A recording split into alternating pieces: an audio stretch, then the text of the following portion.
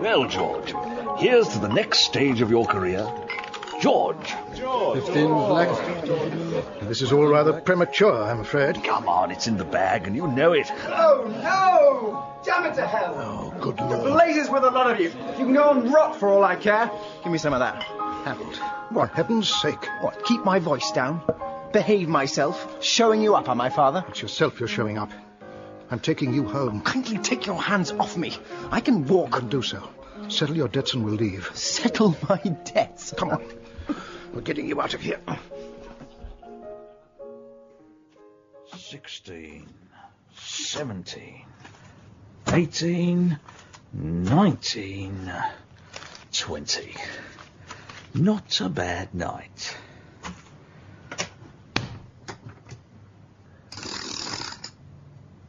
Oh.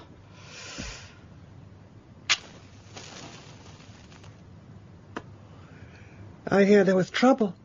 Young Upward got a bit drunk. Did he pay anything off his account? Oh, what do you think? I think, Mr. Catterall, that my patience is running out.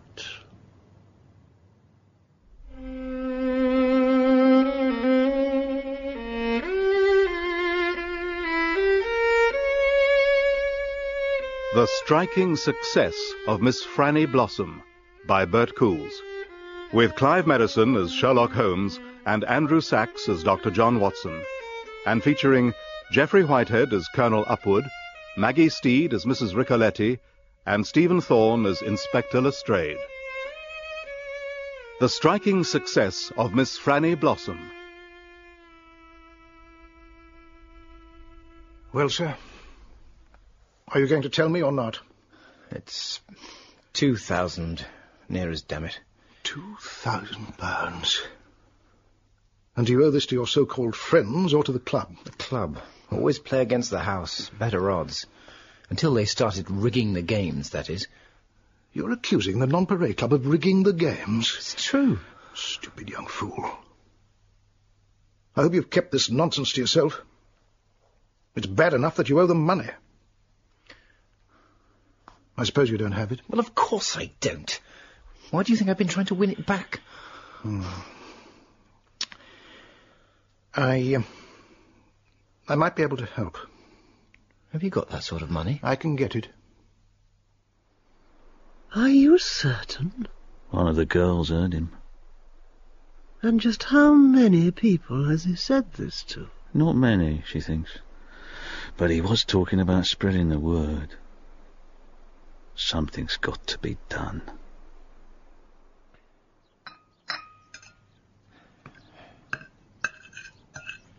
Good morning, Harold. Father? Have you, got the money yet? Not yet. But I said I'd get it, and I shall. It's taking you long enough. Be careful, boy. My patience has its limits. Look at this. From Catterall. Tonight? That's what it says. In full. Can you get it by tonight?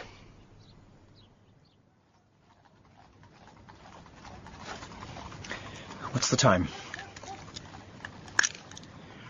2:45. Time for us to go. Us? There's something very wrong about all this. I'm coming with you. He said alone. He meant alone. Give me the bag. Here. You sure it's all there? For heaven's sake, boy, shut it. You don't know who's about this time of night. Now go. I'll wait here for you. I think I'm old enough to find my own way home, don't you? Harold. Sorry, but I have to do this on my own. Please. Very well. I'll see you at home. Right. Father, thank you. I mean it.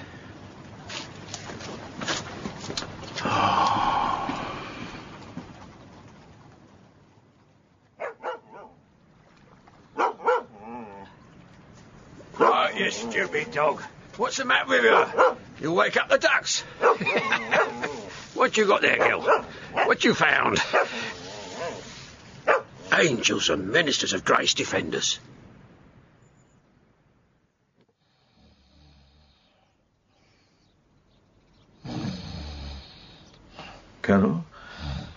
Carol Upwood, sir. What? Jenkins? There's a man downstairs, Carol. What? What do you mean, a man? A gentleman? No, sir, he's from the police. A Mr. Lestrade. Oh. Yes. That's him. Thank you, sir. I'm very sorry for your loss. Sir? Inspector? Not now, Morley. It's very important, sir. Excuse me, Colonel. Of course, of course. All right, what is it? I found this, sir, just before you arrived. What do you mean you found it? Where? In the wound. Push right in. Show me. Good God above. What sort of lunatic sticks a playing card into a dead man's throat? The ace of spades. The death card. Colonel, you shouldn't have seen this. Show me the back. Show me the back, Inspector. Sir. The Nonpareil Club.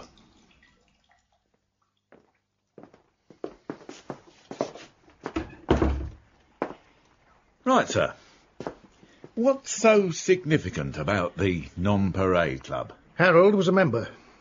He received this yesterday morning. The Nonpareil Club. Make sure it's all there, and come alone, Catterall. He's the manager. Yes, I know. Looks genuine. I take it this is about a gambling debt. I'm afraid Harold owed them rather a large sum. That's why he was there, to hand it over. West Ring Bridge, Hyde Park. 1 o'clock in the morning. Didn't you think that was just a touch unusual? Of course I did.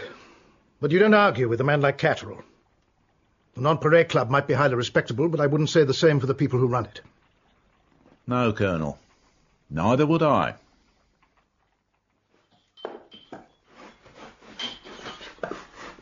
We're closed. Not to me, you're not. Police. What do you want? A word with the man in charge. He's not here. Will I do? I doubt it. Who are you? Nicholson, assistant manager. Then you know where I can find Albert Catterall. I wish I did. It's not the first time he's run off and left me to sort things out for him. All right, Nicholson, I'll deal with this. Ma'am? I do apologise, Mr. Lestrade, ma'am. Detective Inspector. Oh, I'm sorry to have kept you waiting, Mr. Lestrade. Nobody told me you were here. My name is Francesca Ricoletti. I own this establishment. I know who you are, ma'am. Yes, I imagine you do. Please have a seat, Mr. Lestrade. No, thank you, ma'am. Just as you like. Now, Detective Inspector, before you start, please listen to me. Whatever I used to be, I'm now a legitimate businesswoman. Oh, kindly wipe that look off your face. This isn't the 18th century. And I run a legitimate establishment. Do you know why this club is called the Nonpareil? No, ma'am, I don't. Because it's exactly that. Without equal. Unique. This establishment has some extremely important and influential members, Mr. Lestrade. Extremely important. I advise you to tread very carefully.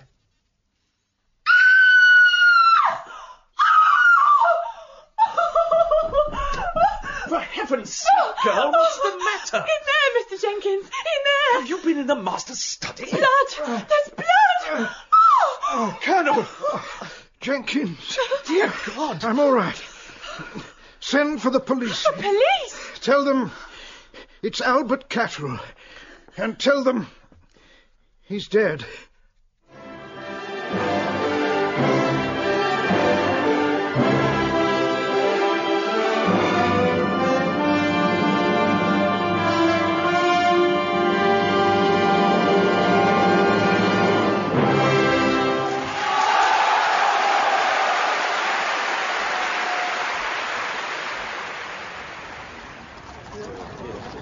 You're very quiet. Sorry. You didn't like it? Well, I wouldn't put it quite as strongly as that. You didn't like it much? I'm afraid not. I did enjoy some of it. Oh, then you're in good company.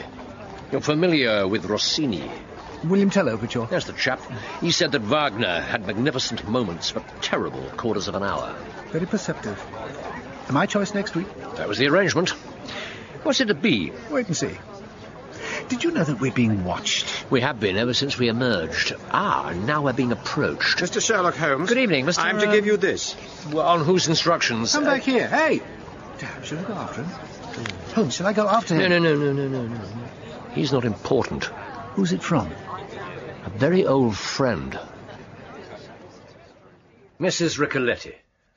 Mr. Holmes. You're looking well. And so are you.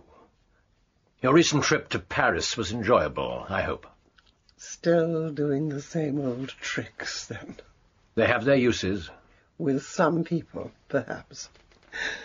And you, of course, are Dr. John H. Watson. At your service, madam. I wonder if you really mean that. Enough pleasantries. Why are you here?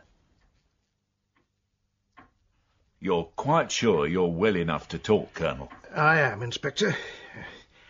I've had far worse than this in the field. Very good. So, this man Catterall came here demanding money. The money he'd already been given.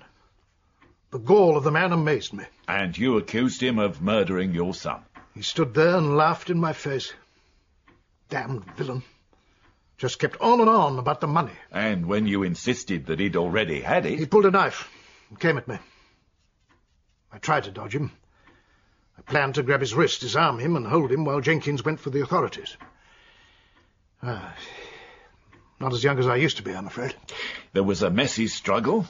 You were badly injured, and he... Yes. I don't quite know how it happened. I think I caught him off balance. He fell. He was still holding the knife, and... I'm not proud of it, Inspector. A man has the right to defend himself in his own home, Colonel. Well, that's not the point. I wanted Harold's killer to face a jury. I wanted justice for my son. You appear to be very well informed about these two killings, Mrs. Ricoletti. I have my methods, Doctor. Which clearly extend even to the back door of Scotland Yard. What exactly do you require of me? I want you to find out what really happened. You don't accept the official version of events? Mr. Holmes, Albert Catterall did not murder Harold Upward. You know this for a fact? Just as I know that Catterall didn't send that note, didn't go to Hyde Park, and didn't collect the money. How do you know this? The note because it's preposterous. That's not how we conduct our business. And the rest because I know that he was somewhere else all that night. Where? Dr. Watson knows. Watson? Well... Please say it, Doctor. I assure you I shan't be in the least offended. Well, then, I believe he was with you. Is that true? Yes, it is. Very perceptive, Doctor. You say that Catterall didn't kill the Upward boy. What about the other business? Why did he attack the Colonel? I don't believe that he did attack him. There was no fight. I didn't say that. Well, then your contention is that Colonel Upward somehow lured Catterall to his home, murdered him in cold blood, and then arranged things to look like an accident? Why did he do this? Because if Catterall had lived, he would have been able to prove that he didn't kill the boy, and then the police would have started looking elsewhere. You're saying that the Colonel himself, his own son? I'm saying nothing of the sort. In my position, I can hardly accuse a prominent servant of the Queen of multiple murder. Not without proof. Exactly. So, will you take the case? I'm very grateful to you. Your gratitude is premature. I don't believe so. Doctor, would you? Oh, of course. Thank you. Mr. Holmes? Mrs. Ricoletti. I've come to you because I want this done properly. But if you fail, I do have other methods available to me. It would grieve me to have to use them, but I won't hesitate if it proves necessary. You understand me? Perfectly. I knew you would. Thank you, Doctor. Madam? All right, driver. Very good, sir. Up there! Holmes. Not here, Doctor. Let's go back inside. You're wondering who she is. Well, of course I am. But look, it's really none of my business. If you prefer not to tell me... There's no secret about it. I was once able to do some small service for the late Mr. Ricoletti. And you met her then? Yeah, she was plain Fanny Blossom in those days, an actress no one had heard of, nor was likely to. Ricoletti was married to a very different class of woman. Oh, different in what way? Well, mostly in the way of trying to kill her husband for his money. Charming. Well, eventually she gave up trying and went off to find an easier target. She succeeded, too. Bought a rather pleasant seafront hotel in Eastbourne on the proceeds. Leaving the matrimonial path clear. Had she loved him from afar, Miss Fanny Blossom? A hopeless yearning, fulfilled at last? No, actually, the lady's affections had been directed at someone else. But to put it in your rather overwrought terms, she was doomed to disappointment. And she married Ricoletti as second best? Oh, that can lead to disaster. Happily, not in this case. They were one of the most contented couples I've ever known, and two of the most successful criminals. I knew it. Holmes, how can you justify working for a criminal? By the fact that she no longer is one. When she was widowed, she inherited her husband's business interests, but without him, her heart wasn't in it. She put the life behind her, and she's been beyond reproach for years. What about that little farewell speech of hers? Well, evidently she hasn't thrown away Ricoletti's address book. Get your hat. Frankly, Mr. Holmes, I wouldn't have thought this was your cup of tea at all. It seems to be a very sordid little affair. Well, no doubt you're right, Lestrade, but I've been asked to look into it nonetheless. By the Ricoletti woman, I suppose. Well, I'd advise you to watch yourself with that one. Look at this. Harold Upwood's throat was slit. We found this pushed down inside the wound. Yes, I know. The ace of spades out of a pack from the Nonpareil Club. How the devil did you know that? No, never mind. I ought to be used to it by now. The point is, Catterall was planning a repeat performance on the Colonel. This was in one of his pockets. Another ace of spades? And from the same source. As far as I'm concerned, Catterall was our murderer, and this is an open and shut case. There's only one more thing to find out. And what is that? Whether or not he was working under orders from your client. What did you find out about our Colonel Upwood? Oh, he had an outstanding record in his younger days. Several decorations. Naturally. Things rather flattened out for him. He was taken off active service because of his health and put behind a desk. Happens to a lot of good men. And presumably some take it better than others. Ring again. Yes. Oh, this isn't going to be easy, is it? The room's probably been cleaned. There weren't any witnesses. How can you find out if it really was an accident or if it was murder? I thought I'd ask him. No, Mr. Holmes, I didn't kill him. You have my word on it. Though things might well have been different if I'd still had my old revolver and a cartridge or two. It would be wiser not to say that at the inquest, Colonel. It's the truth, sir. I've never shrunk from it before. I see no reason to start now. You're in no doubt that Catterall killed your son? None whatsoever. How much more proof do you need? Did you know the man yourself? I'd seen him at the club. Had no direct dealing with him. The police told me he was a shady character, not that it needed saying, of course. Man was obviously a thug. How did you come to be a member of the Nonpareil Club, Colonel? Oh, some of the chaps in the regiment put me onto the place. They serve a first-class port. And gambling? I enjoy the odd hand. Who doesn't? Can't let it rule your life, though. That's the thing. Pity my son never learned that lesson. Mr. Holmes, do you know if Catterall had any family? Why do you ask, Colonel? I was just wondering if the man's father is still alive. May I inquire why? I should like to send him my condolences on his loss. I think this is the place, the southern end of the West Ring Bridge. Isn't that what Lestrade said? Holmes? I'm sorry, Doctor. I was thinking about our remarkable Colonel. Oh, you mean the comment about Catterall's father? Yes. I suppose it was a trifle strange. But it is the decent thing to do. Yeah. What, do you think it was an act? If it was a damn good one. Sometimes I think I spend my entire life surrounded by very good actors. Yeah, but I'm falling into your bad habit, my friend. Building theories on sand. Yes, this is the place. Strange spot for a rendezvous. Another a murder. There's too many people that trapped across here. There's nothing to be read on this page. You know... What? I'd rather like a cup of tea.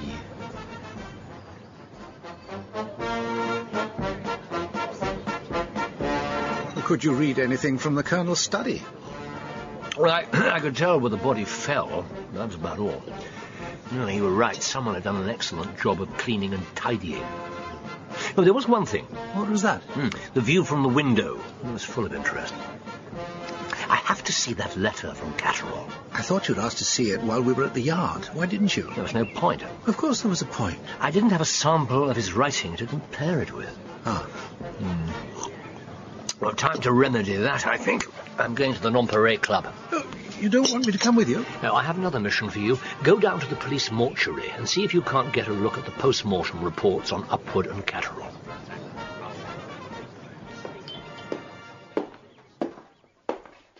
Excuse me. What do you want? Nothing that need alarm you. Mr. Holmes. Sorry, sir. I thought you were another policeman. That he most certainly is not. Good afternoon, Mr. Holmes. Good afternoon, Mrs. Ricoletti. I've come to ask for your help. No. It's a little too public here. We'll go up to my office.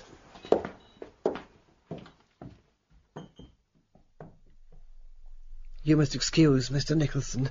That policeman was here again. Lestrade thinks that Catterall was acting on your orders. So I discovered.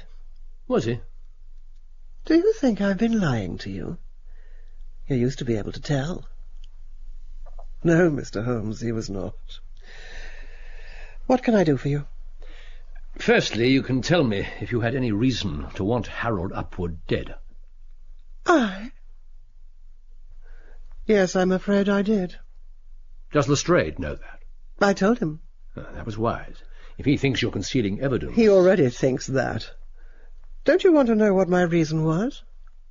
The money? The money was nothing. This was far more serious. Young Upwood somehow got it into his stupid head that my games are fixed. He was threatening to put that word around society. It would have caused a major scandal. Only if the accusations were true, surely. Holmes, I have royalty playing here. Even the suggestion of cheating would have been enough. It would have been a major embarrassment for the palace, and I'd have been ruined. Did Albert Catterall know all this? Yes. Yes, he did.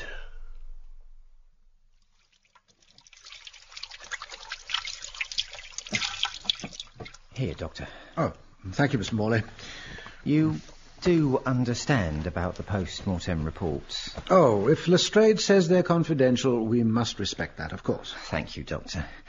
This is a good job. I don't want to lose it. Besides, I believe I found everything I need from the bodies. I really don't know why you're bothering, Mr. Holmes. I've already compared it to a known sample of Catterall's hand. It's a perfect match. May I see the envelope? Of course, for all the good it'll do you. Thank you. Delivered by hand. From the district messenger office in Piccadilly, which Catterall used for all his important post. A rather interesting point, wouldn't you say, Mr. Holmes? Exceedingly so. Thank you, Lestrade. I'm most grateful. May I offer you a word of friendly advice? Can I stop you? It'll be Christmas before we know it. Ask Mrs. Lestrade to put a magnifying lens in your stocking. The letters are forgery. Oh, no, Mr. Holmes, I remember most particular. We simply don't get that class of person in here, you understand. So I remember most particular. Saw the girl from the Nonpareil drop one of her letters in the street, followed her here, and handed it in so it could go off safe with the others. Goes to show, doesn't it? Poor broken soul, living rough, but honest as the day's long. There's a lesson there, Mr. Holmes. Tell me, what did this paragon of virtue look like? Well, to be honest, sir, all I could really swear to was the coat. The coat?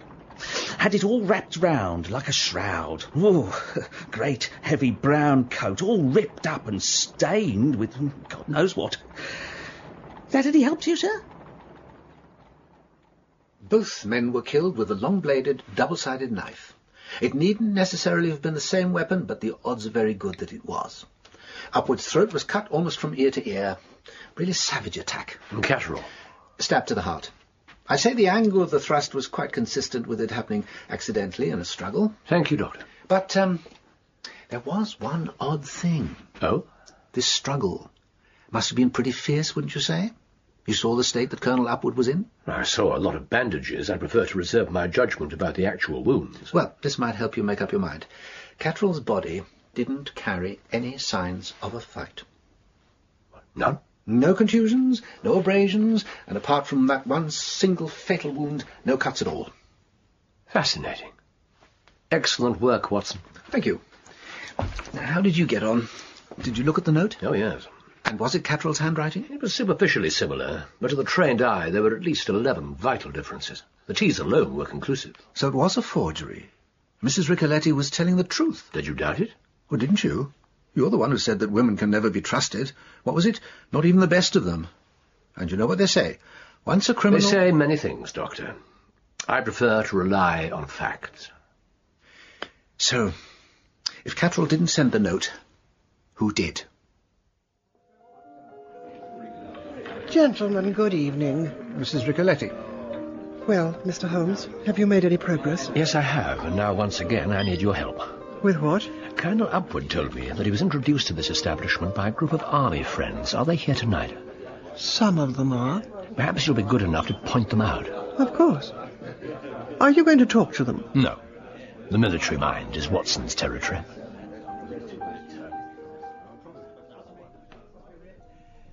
To your success. I don't like to anticipate the outcome of a case. Cautious as ever. All right. I'll settle for your very good health. And yours. Oh, this is excellent. I have it imported specially. I got the taste from my late husband. He did always insist on the very best. Yes, he did. I'm afraid your Dr. Watson rather disapproves of me. Well, the good doctor can be somewhat conventional at times. Do you share his opinion? Have I given you that impression? Please, just for once, answer a question without thinking about it first. Do you disapprove of me? No, I don't. See? You can do it if you try. Why didn't you keep in touch? I didn't realize you were expecting me to. No, I don't suppose you did. Understanding women was never your strong point, was it? Even women on the wrong side of the law. I thought those days were all behind you. And so they are. When Alberto died... I was sorry to hear about that. But not sorry enough to come to the funeral. I was out of the country, a murder in France. And if you'd been here, would you have come? Yes, I would. It was a bad time. I could have done with a friend. And now it's happened all over again. Was he a good man? Catterall? Yes, he was. Oh, a bit rough round the edges, I grant you. Something of a past. But no violence, and most certainly no murder. I wouldn't have tolerated that. I know it. You do? Perhaps you understand me better than I thought. Perhaps I do. Will you tell me something? What? Back when Alberto and I were in business together, why did you never interfere? Our paths simply never crossed. I can act only when I'm engaged to do so. And do you accept every commission which comes your way? Certainly not. Oh, one has to be selective. Ah. Our lives are defined by our choices, as the old philosopher said. And sometimes by other people's.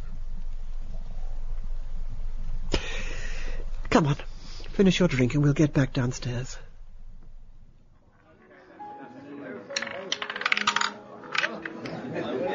$23 red, gentlemen. 23 red. Excuse me. Thank you. Holmes. Oh, anything interesting? Let's get away from this crowd.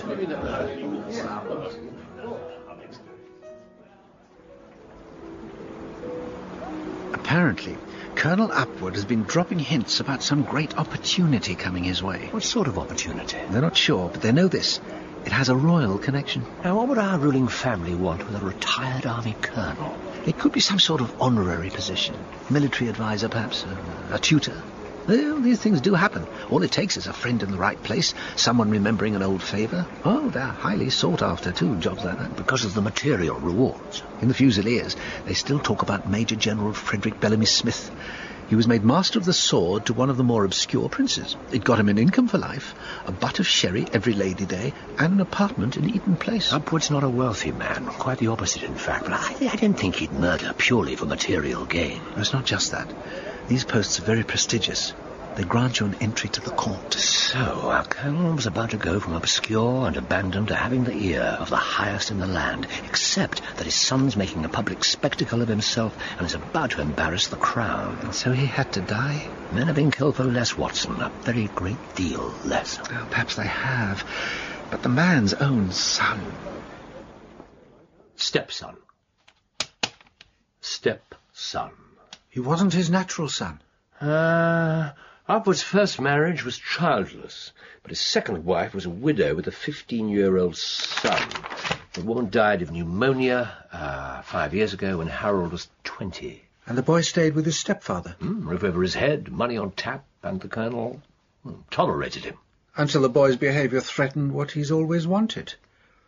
It's not proof, Holmes. No, it isn't. And if you're right, I can't see Upwood confessing. How can we prove it, one way or the other? Short of a witness in the park who saw the murder. If there had been a witness, Lestrade would have ferreted him out. You know how persistent he is. It's possible that he didn't look. As far as Lestrade's concerned, that side of the matter's closed. It's Mrs. Ricoletti he's after now. Inspector, this is harassment, pure and simple. I just want to ask you a few more questions. Wouldn't you prefer to resume this conversation inside? No, sir, I would not. And unless you want to hear from my solicitors, I suggest you don't try to force your way into my premises again. You're not doing yourself any favours, you know. I don't stand in need of any, sir. Not from the police. And don't think that Mr. Sherlock Holmes is going to get you out of trouble. Not this time.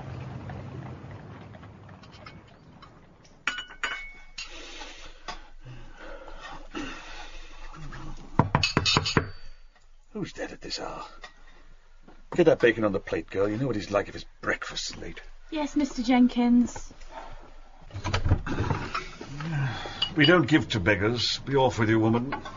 Not a beggar. Got a message. Keep your distance. That coat's crawling. Got a message for the Colonel. Well, what is it? Tell him I sleep under the bridge every night. But I don't sleep well. Be on your way before I fetch a constable. He wouldn't want you to do that. Tell him.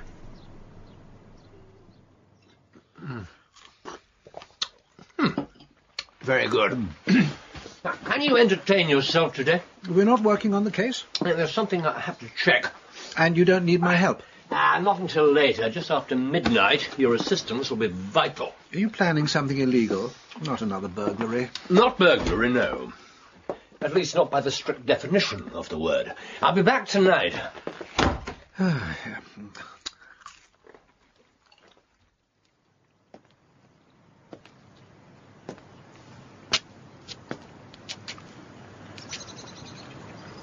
Come on, then. Show yourself, woman. Show yourself, damn it.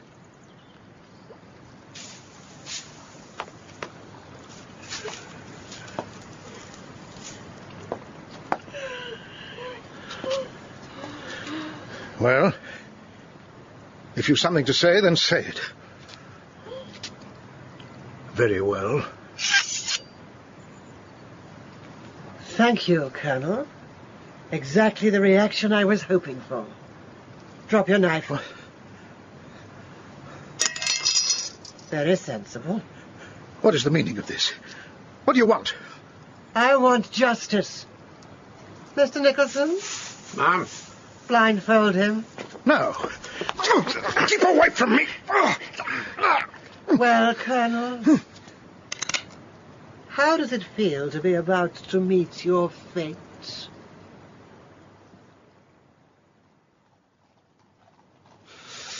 Oh, for pity's sake, Holmes. Oh, thank God. Ah, you found something. Yes, I did. Several things, in fact. Do they prove that he's guilty? Let's get back to Baker Street. I told you there was no danger of discovery. Spent the day making sure of it. The movements of the servants, the neighbours, the constable on the beat. You never said anything about a policeman. Didn't I? Oh, must have slipped my mind. Surely that's not a visitor at this hour. No doubt about it. Don't you recognise the coachman?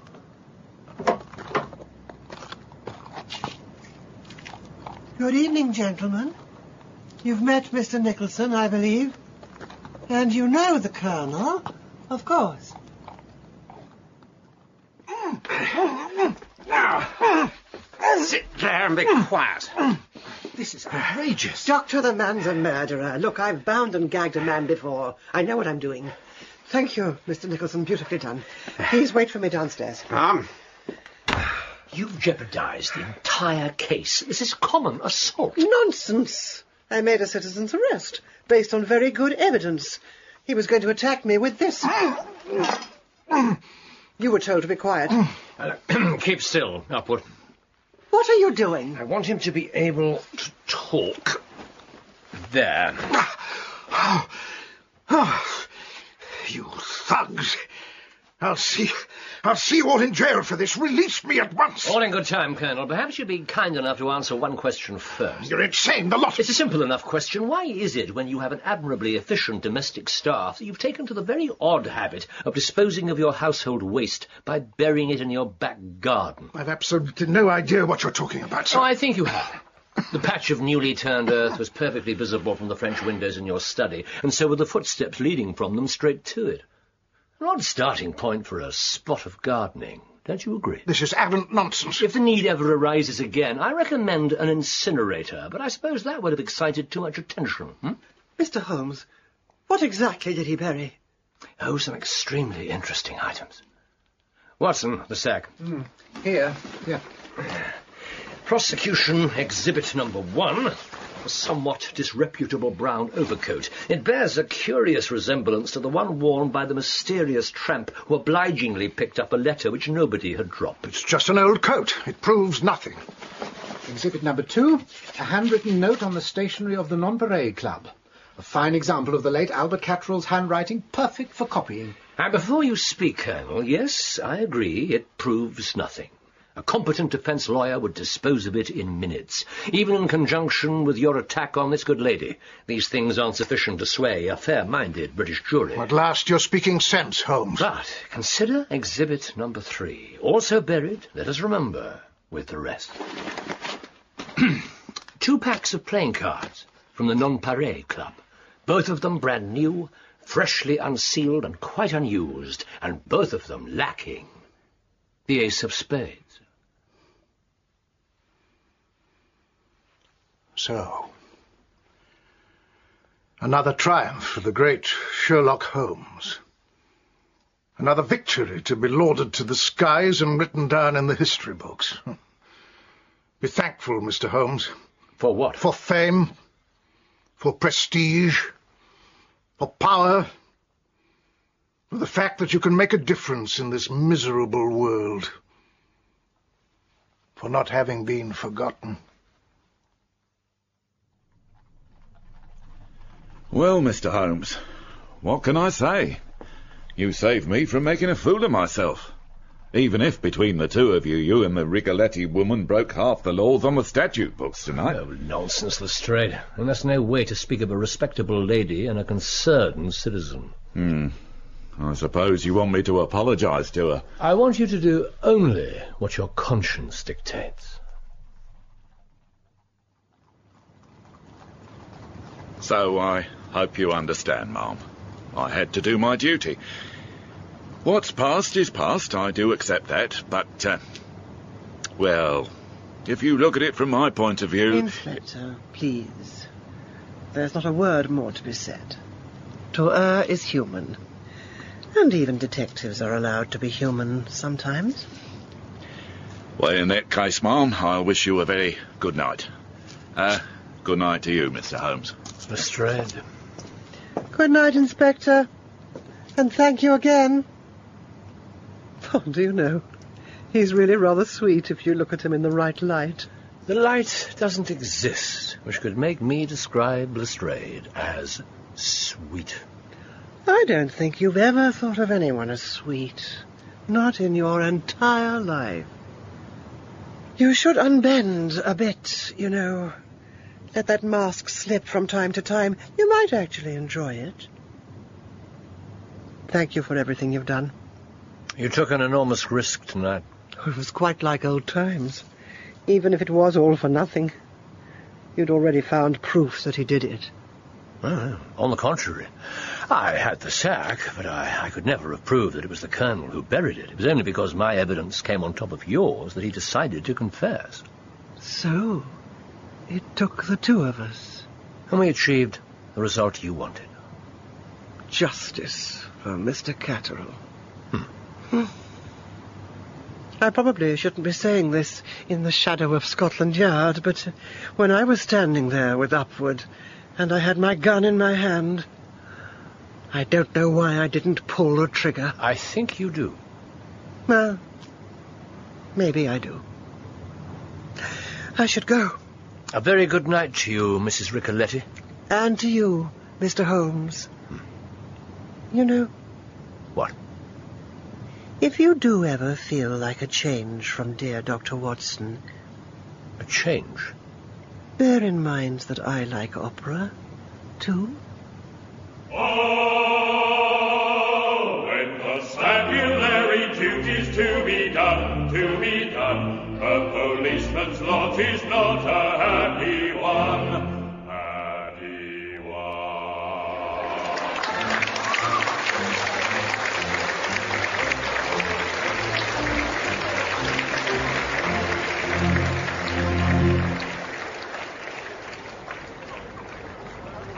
Do you know, I rather enjoyed that.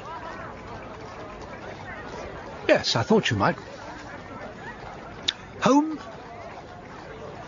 Home.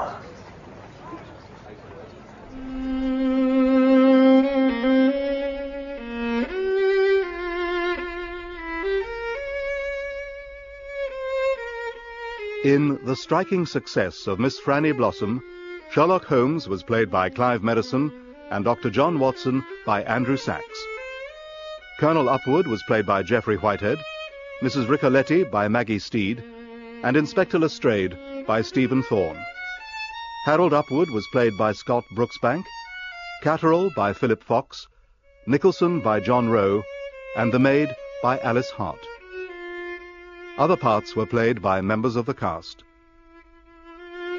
The striking success of Miss Franny Blossom was written by Bert Coules from a reference in the novel The Hound of the Baskervilles by Sir Arthur Conan Doyle. The director was Patrick Rayner.